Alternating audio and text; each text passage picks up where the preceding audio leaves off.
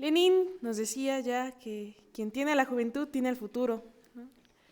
Es bastante importante esto porque generalmente los estudiantes somos jóvenes, ¿no? Jóvenes estudiantes, jóvenes en las universidades, en las preparatorias, las secundarias.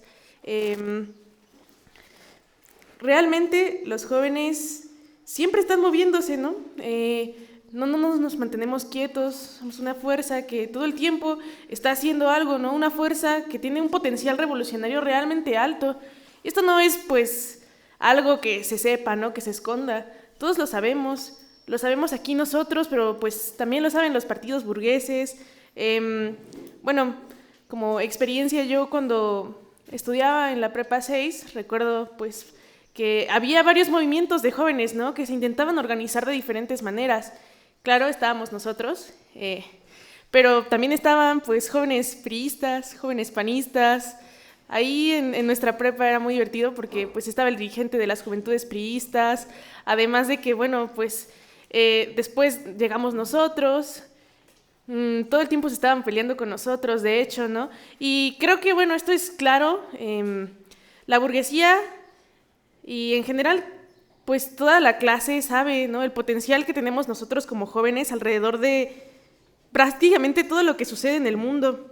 Em, pero bueno, además de que sabemos que actualmente los jóvenes juegan un papel importante, no solamente pues en la política institucional o demás, sino pues básicamente en todo lo que atañe al mundo, que somos pues la fuerza de trabajo que puede lograr un cambio cualitativo realmente inmenso. Tenemos aquí al lado, pues, y en este último periodo, movilizaciones recientes muy grandes, ¿no? Como la de Nepal, pero hace un año la de Bangladesh, los jóvenes que se están organizando en Perú.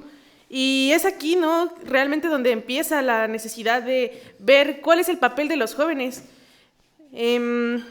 A lo largo de la historia de México ha habido diversos movimientos estudiantiles, entre los más destacados 1929, el 68, cómo olvidar el 86, el 99, Ayotzinapa, lo que pasó en 2018, o incluso ver lo que está sucediendo ahora. Pero bueno,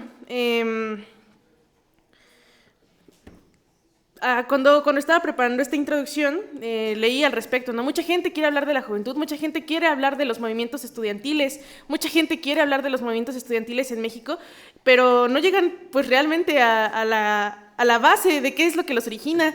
Leía varios libros al respecto y algunos mencionaban claramente, bueno, las condiciones económicas son una parte de lo que origina el movimiento estudiantil, pero hay otras cosas que atraviesan a los estudiantes, como las ideas revolucionarias que se van gestando en cada generación, ¿no? Posturas totalmente idealistas que no nos llevan a entender cómo es que se han formado estos movimientos estudiantiles. Y bueno, por decirlo así, hay movimientos estudiantiles prácticamente, ¿no? Desde que existe una popularización del estudiantado, desde que se abren las universidades hay movimientos estudiantiles, porque, bueno, los jóvenes que están estudiando todo el tiempo están pensando y todo el tiempo están pensando en cómo hacer un cambio. Pero bueno, no necesariamente es un cambio de izquierda, ¿no? No necesariamente ha sido un cambio radical. Podemos ver movimientos cooptados por, pues realmente la derecha, por las ideas de la burguesía, etcétera. Sin embargo, pues creo que es importante que hagamos un repaso de cómo inicia todo esto y decir que, pues, prácticamente el movimiento estudiantil en México nunca ha estado aislado, ¿no? Para empezar a hablar de movimiento estudiantil en México, no podemos empezar a hablar en México, curiosamente. Tenemos que hablar un poco más de lo que ha sido y cómo inició pues, el movimiento. Podríamos hablar, por ejemplo, de América Latina, ¿no? Ver cómo el primer Congreso de Estudiantes Organizados de Latinoamérica, organizado en Montevideo, terminó por ser una de las bases más importantes para que en 1918 se gestara un movimiento sobre la autonomía de las universidades en Buenos Aires. Y posteriormente, ¿no? 11 años después, este movimiento llega a México con mucha fuerza y es el movimiento de 1929 en el que se da la lucha por buscar la autonomía. Y bueno, se mantienen aquí demandas, pues, populares, que de hecho pues es curioso, ¿no? Que todavía hoy las mantenemos, como el aumento a la matrícula, que se abran pues más universidades populares, becas educativas para los estudiantes, etcétera. Pero bueno, también decir que este movimiento pues no simplemente surgió con base a lo que estaba en el movimiento, ¿no? La única base no es solamente lo que pasó en Buenos Aires y lo que se estaba gestando en Colombia y lo que estaba pasando en Montevideo, sino que hay que hablar realmente de que en esos tiempos hablamos de una reconfiguración del mundo, de la Primera Guerra Mundial, de los cambios estructurales que estaban siendo heredados del siglo XIX, pero también, bueno, por ejemplo, la situación del reparto agrario, que se estaba buscando la jornada laboral de 8 horas, que se estaba construyendo pues la educación laica, y de hecho aquí pues podemos recordar también que en estos años estuvo la Guerra Cristera, ¿no? Un conflicto religioso que estuvo pues ligado a todas estas tendencias posrevolucionarias en las que se disputaba pues este poder económico. Hablamos también de una inestabilidad política, del caudillismo, y también, bueno, de recesiones económicas. Creo que esto es muy fundamental, ¿no? Hay muchísimas recesiones económicas en todos estos periodos, pero también llegan cosas como la situación del maximato, en la que también el precio de la plata a nivel internacional baja, que hay una caída en las exportaciones de petróleo, que hace falta crédito para la producción agrícola, que empieza una anarquía, bueno, en el sistema bancario, y además, como no olvidarlo, ¿no? La Gran Depresión, el crack de la Bolsa de Nueva York, que acentúa todas estas crisis en México, ¿no? Además de que pues había malas cosechas de maíz y frijol, y que, bueno, hay una disminución también en los salarios públicos, hay una caída drástica de las exportaciones, un derrumbe de los precios de estas mismas, la reducción de las reservas bancarias, restricciones monetarias, y bueno, evidentemente esto termina con una reorganización política y por supuesto que los estudiantes no se podían quedar atrás, ¿no?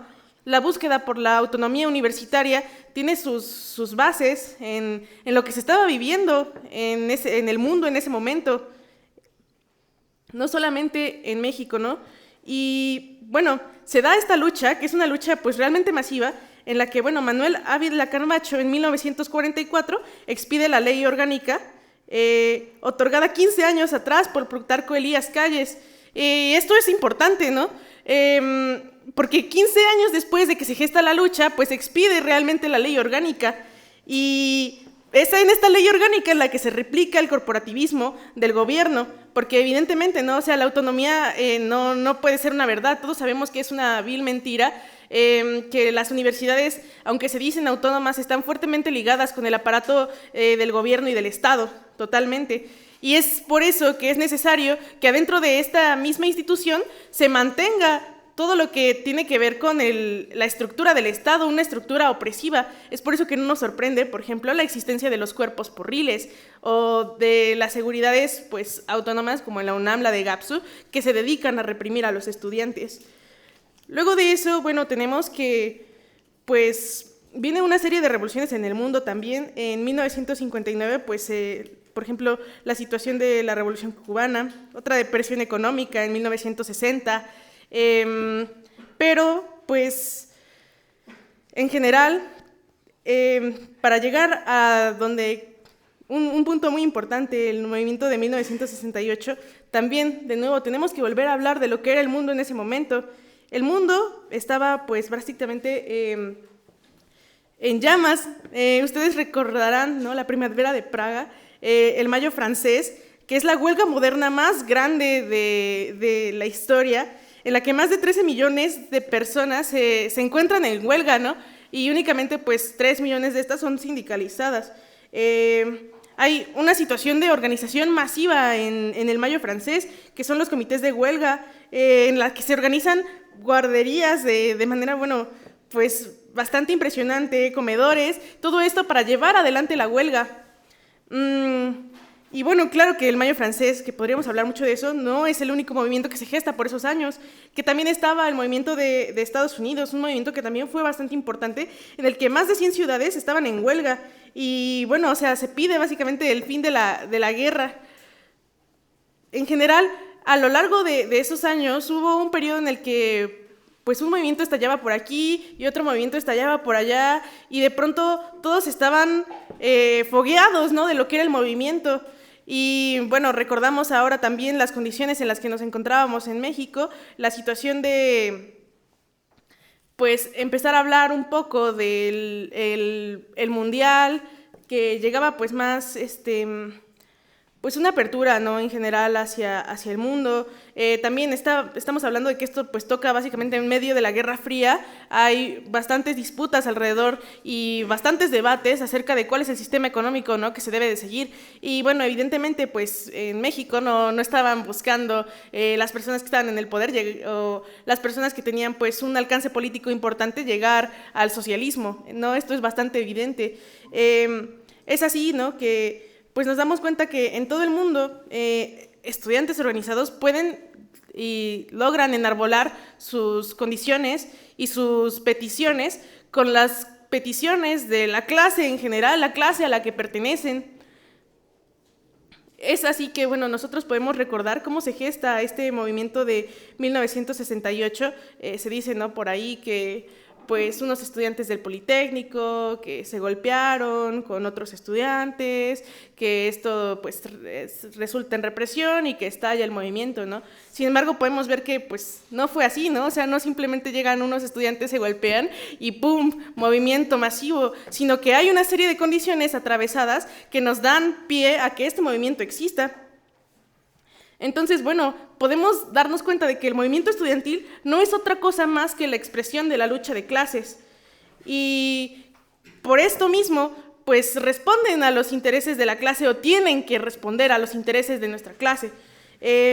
Los movimientos más grandes, más masivos que hemos podido ver o que podemos revisar, al menos aquí en México, son movimientos que se gestan pues a través de las necesidades de la clase trabajadora. Es entonces así que en el 68, para el 31 de julio, la huelga ya estaba generalizada, ¿no? Escuelas y facultades se iban integrando al Consejo Nacional de Huelga, y esto es importante, no solamente eran escuelas que estaban, pues, escuelas públicas, ¿no?, como generalmente se nota, sino también escuelas de educación particular, en la que podemos ver que existe una capa proletaria que quizá tiene, pues, recursos económicos pues más altos que la mayoría de la población, sin embargo siguen respondiendo, ¿no?, a estos intereses de su clase. Y este Consejo Nacional de Huelga, ¿cómo se formaba? Bueno, eran básicamente, para poder estar, tenías que ser votado en una asamblea de una escuela que ya estuviera en huelga, ¿no? Y esto pues también tenías pues compromisos, ¿no?, claramente al asumir este rol. Compromisos importantes como llevar lo que se discutiera en el Consejo Nacional de Huelga y llevarlo a tu escuela y que pues básicamente el movimiento tuviera una unión. Sin embargo, después de la terrible masacre del 2 de octubre, pues todo esto se disuelve, ¿no? El movimiento se desmoraliza de tal manera en la que se llega a la conclusión de que el Consejo Nacional de Huelga no va a ser el órgano rector del movimiento, sino que, bueno, vamos a enfocarnos un poquito más en cada una de las escuelas, vamos a dejar esto un poquito más tranquilo, vamos a parar con esta organización que estamos haciendo, y evidentemente esto termina por hacer que el movimiento colapse en su totalidad, ¿no?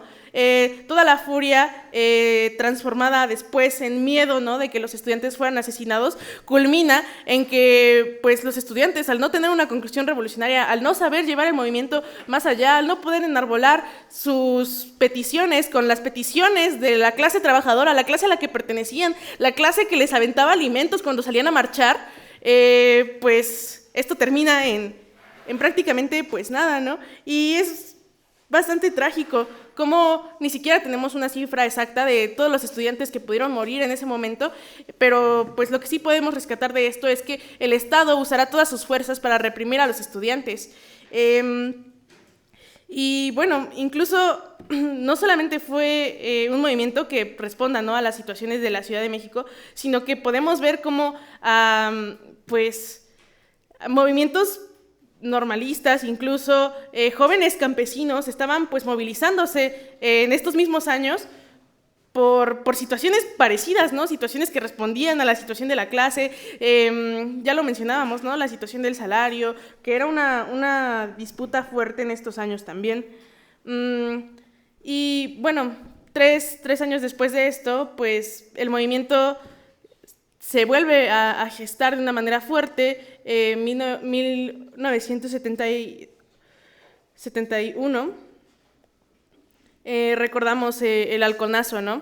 Este movimiento, bueno, que empieza gestándose en Nuevo León, etcétera, y es aquí donde, pues, de nuevo, ¿no?, se provoca un mitin un mitin que se ve y se tienen las expectativas de que sea masivo, y es aquí donde llegan pues estos grupos del Estado, los halcones, a reprimir brutalmente, ¿no? De nuevo asesinados muchísimos estudiantes.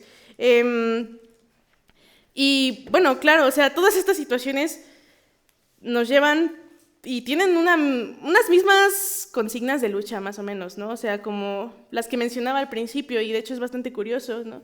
Cosas que seguimos pidiendo y que todo el tiempo se siguen pidiendo. Y podemos irnos después, por ejemplo, al movimiento del 86, que bueno, pues esto también se gesta, ¿no? O sea, en este momento pues tenso de la Guerra Fría, y después al 99, ¿no? Estos, bueno, los junto un poco porque los dos tienen una petición en común muy importante, ¿no? Que es básicamente que no se privatice la educación, que es una reforma que se estaba llevando adelante, pues sí, se estaba llevando adelante, ¿no? Y esto se debe claramente porque las universidades, aunque autónomas, nunca han sido democráticas, bueno, autónomas, ¿no? Más o menos. Y es así que, pues, se gestan movimientos bastante grandes alrededor de, pues, mantener a la educación pública, gratuita, científica y popular, como pública, gratuita, científica y popular. Sin embargo, bueno, pues a pesar de que en el 99 esta huelga duró prácticamente un año, y se dio retroceso, ¿no? A la situación de privatizar la universidad, de empezar a cobrar cuotas y demás, que claramente sabemos, ¿no? Que esta es una situación que termina por afectar a nuestra clase en su conjunto. De hecho, bueno, en México pues hay muchísimos estudiantes universitarios, y esto se debe claramente al sistema de educación gratuita que existe en el país, cosa que no llega a existir tanto en otros países como lo podemos pues llegar a notar, ¿no? O sea, no nos tenemos que ir muy lejos. Y bueno, después de esto podemos notar que pues el movimiento pues sigue sin parar, ¿no? Y en medio de una situación en la que el crimen organizado con el Estado está en un pico de auge, ¿no? Está haciendo crecer económicamente a estos burgueses que viven en México, pues termina por reprimir a estudiantes que protestan en la ciudad de Ayotzinapa, ¿no? Generalmente, bueno, los recordamos, los 43 estudiantes de Ayotzinapa que fueron, pues, desaparecidos, ¿no? A día de hoy no sabemos dónde están, pues, muchos de ellos, o sea, sabemos que alguno que otro, pues, encontró su cuerpo sin vida, pero, pues, también sabemos que, pues, muchos de ellos quisieron atribuir como cadáveres a estas personas simplemente para que el movimiento de los padres y madres buscadoras, pues, no siguiera creciendo. Es así que, bueno, pues este movimiento, pues es un movimiento masivo que se da, o sea, realmente se habla, ¿no? Las crónicas de que la gente lloraba en las movilizaciones posterior a la masacre de estos estudiantes. Una situación verdaderamente terrible, porque, bueno, quien llora, pues es nuestra clase, ¿no? Evidentemente, pues la clase que los mandó a asesinar, pues jamás lamentará estas muertes, ¿no? Incluso los pueden llegar a ver como un logro. Yo creo que todos estamos muy familiarizados con ese discurso de Díaz Ordaz en el que dice que combatió la mayor amenaza de México y que está muy orgulloso de lo que hizo en el 68 y de haber, pues, combatido el comunismo. Es lamentable, pero bueno, pues el movimiento sigue avanzando, la historia sigue avanzando, y nos enfrentamos a movimientos y movilizaciones masivas, de nuevo, como la de Yo Soy 132, ¿no? Esta movilización es muy interesante porque pues está totalmente impulsada por las redes sociales, ¿no? En este contexto en el que, bueno, Enrique Peña Nieto quiere ser presidente, va a la Iberoamericana, da una conferencia y lo abuchean, ¿no? Prácticamente lo sacan a patadas y pues demuestran, ¿no? Que es un criminal que pues no responde a sus intereses.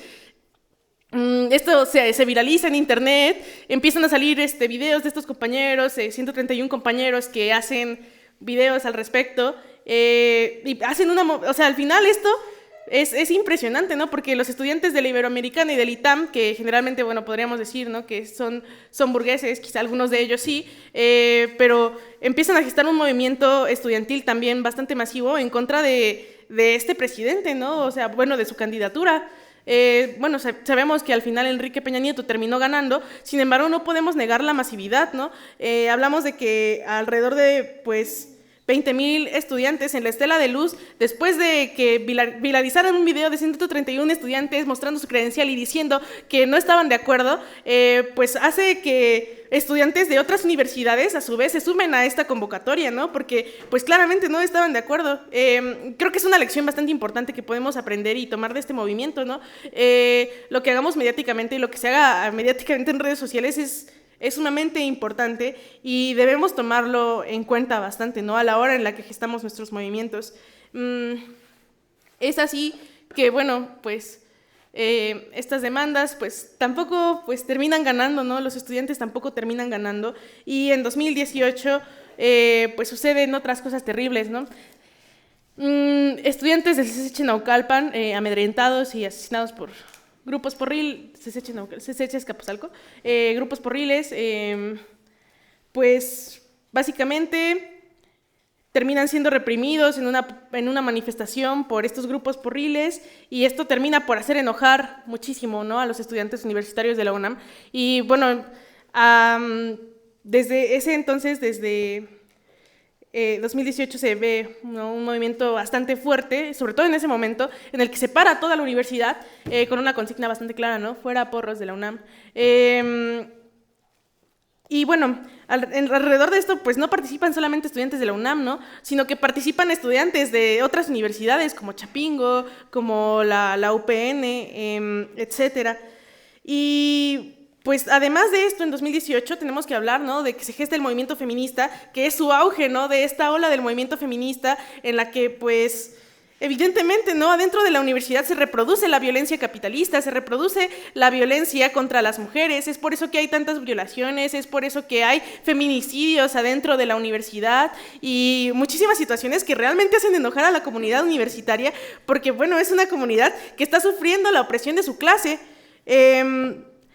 Es por esto que el movimiento en general termina gestándose a favor de estas dos cosas importantes y sigue avanzando, ¿no? Bastante a la par que el mismo movimiento feminista. Sin embargo, pues, como sabemos, llega la situación de la pandemia y pues llegamos, ¿no? A el movimiento actual, ¿no? El movimiento pues que muchos de nosotros pues hemos comenzado a vivir, ¿no?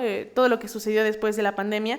Y aquí podemos hablar pues de lo que empieza a suceder en las escuelas, ¿no? Se empieza a retomar las tradiciones de lucha que han sido brutalmente cooptadas. Yo recuerdo, ¿no? Que llegaba al cubículo, ¿no? Cuando entré a la preparatoria y me decían como, no, pues aquí es para que estés, ¿no? Nadie nunca mencionaba cuál era la organización política. Y en el primer paro importante que tuvimos, hablaba con otra compañera y nos mencionaba, es que pues ya no hay nadie que nos enseñe cómo se hace esto, ¿no? No hay nadie que nos diga cuáles son las demandas que tenemos que cumplir, ¿no?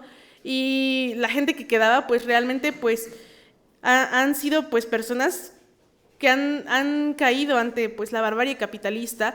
Esto no es una coincidencia, ¿no? Sabemos que en muchísimos cubículos y en muchísimos espacios organizados se introducen, pues, estupefacientes o cosas a los estudiantes, además de la terrible represión que se vive día a día. No podemos dejar de hablar de los expulsados políticos tras la muerte de compañeros, por ejemplo, en el IDA, en Hidalgo, en la que, bueno, en el momento en el que llega el narcotráfico a Hidalgo, justamente en este año, de una manera bastante más fuerte, pues resulta que hay estudiantes que sufren, ¿no? Sorprendentemente, todos estos estragos de la barbarie capitalista, y es aquí donde estudiantes son encontrados afuera del Instituto de Artes en bolsas negras, ¿no?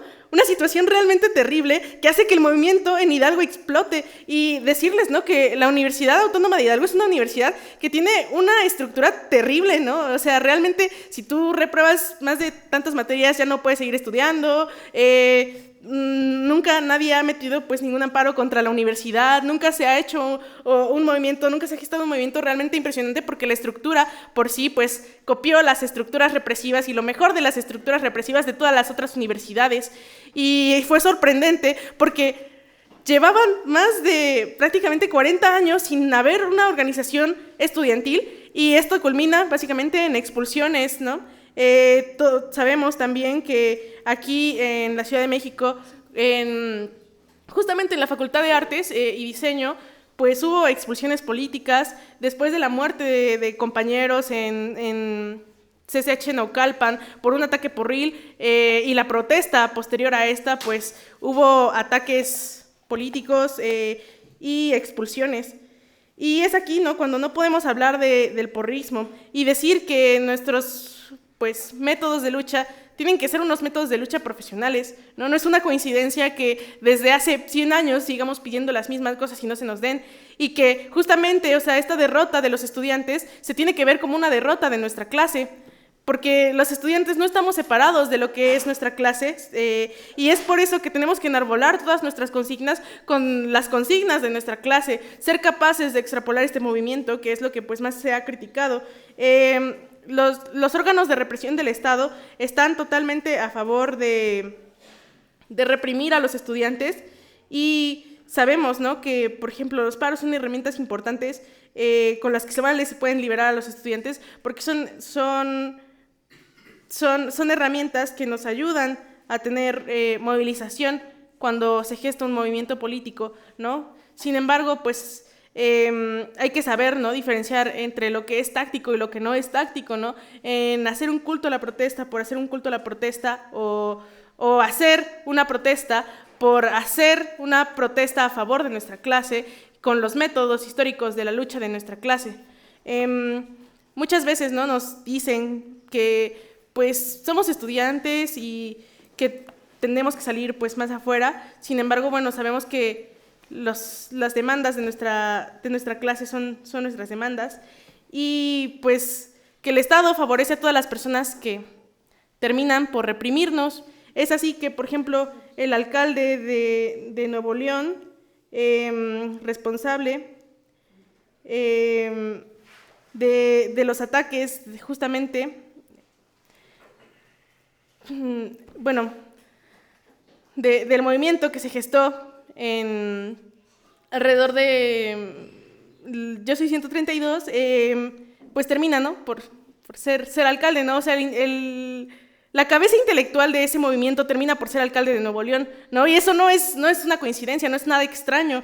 Esto pasa todo el tiempo. Por ejemplo, también, pues, Quechava, el responsable del asesinato y brutal de los compañeros en CCH Naucalpan en 2024, ahora está en la dirección general de los SHs, ¿no? Claramente el Estado premia a estos porros mayores, y esto no es una coincidencia, de nuevo, es el Estado, de nuevo, interfiriendo de manera directa en el movimiento estudiantil. Es por esto que no podemos hacer que ninguna idea que niegue nuestra lucha de clases. No podemos separar a la situación del movimiento estudiantil de la situación de la lucha de clases, y debemos enarbolarnos conscientemente, organizarnos conscientemente a favor de los estudiantes, porque los estudiantes forman parte de nuestra clase. Yo creo que ahí la dejo y esperamos a sus participaciones.